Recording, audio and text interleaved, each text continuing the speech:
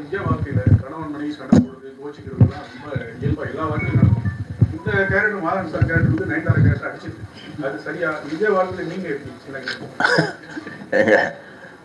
என் உயிருக்கே ஆபத்தாயிரம் இப்போ நான் என் வீட்டிலலாம் கையை யாருமே தூக்கி அடிச்சது கிடையாது. அது நம்ம கலாச்சாரம் கிடையாது. இந்த இந்த இந்த படத்தில் வந்து அவன் அடிக்கும்போதே தன்னோட மனசாட்சியை தன்னோட தூர போக வச்சுட்டான் அப்படிங்கிறத நம்ம ரொம்ப அழகாக இவர் காட்டியிருப்பார். இன்னும் காளி வெங்கட்டோட கதாபாத்திரம் என்னோட மனசாட்சியாக தான் இருக்க போகுது. ஸோ அதை வந்து தூரம் போக போக நான் ஒரு மிருகமாக மாறுறேங்கிறது தான். அதனால் அவன் வந்து ஒரு நெகட்டிவ் கேரக்டராக மாறும்போது அதுக்கப்புறம் நல்லது என்ன கெட்டது என்ன கலாச்சாரம் என்ன அப்படிங்கிறதெல்லாம் அவன் பார்க்கறதில்ல. அதனால தான் அந்த மாதிரி கை நீட்டு அடிச்சிருக்கோம். நம்ம நடிகராக இருக்கும்போது டைரக்டர் சொல்கிறத மட்டும் நடிச்சிருக்கோம். இப்போ நீங்கள் வந்து இயக்குனராக மாறி அவர் கூட எந்தெந்த சீனில் வந்து நீங்கள் கருத்து வேறுபாடு?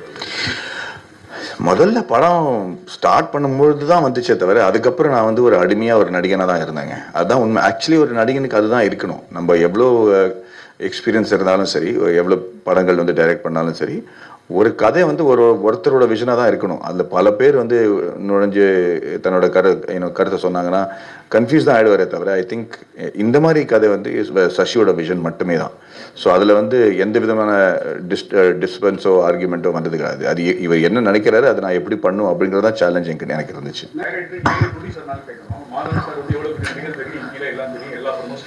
நயன்தாரா வந்து நேசிப்பாயர்களாக வராங்க, மூக்கியம் வராங்க. இந்த படம் ஃபங்க்ஷன் எதுக்குமே வரல.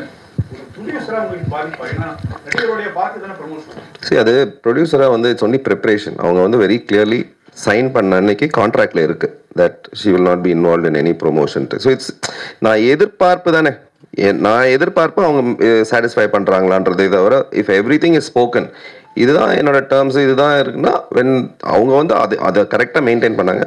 பட் இன்ஃபேக்ட் அது வந்து டெக்னிக்கல். இந்த வாட்டி வந்து 15 நாள் ஒதுக்குனாங்க. என்ன ஆச்சுன்னா அவங்களுக்கு வந்து பர்சனல் ஒரு விஷயம்னால 15 days ஷூட் கேன்சல் ஆச்சு.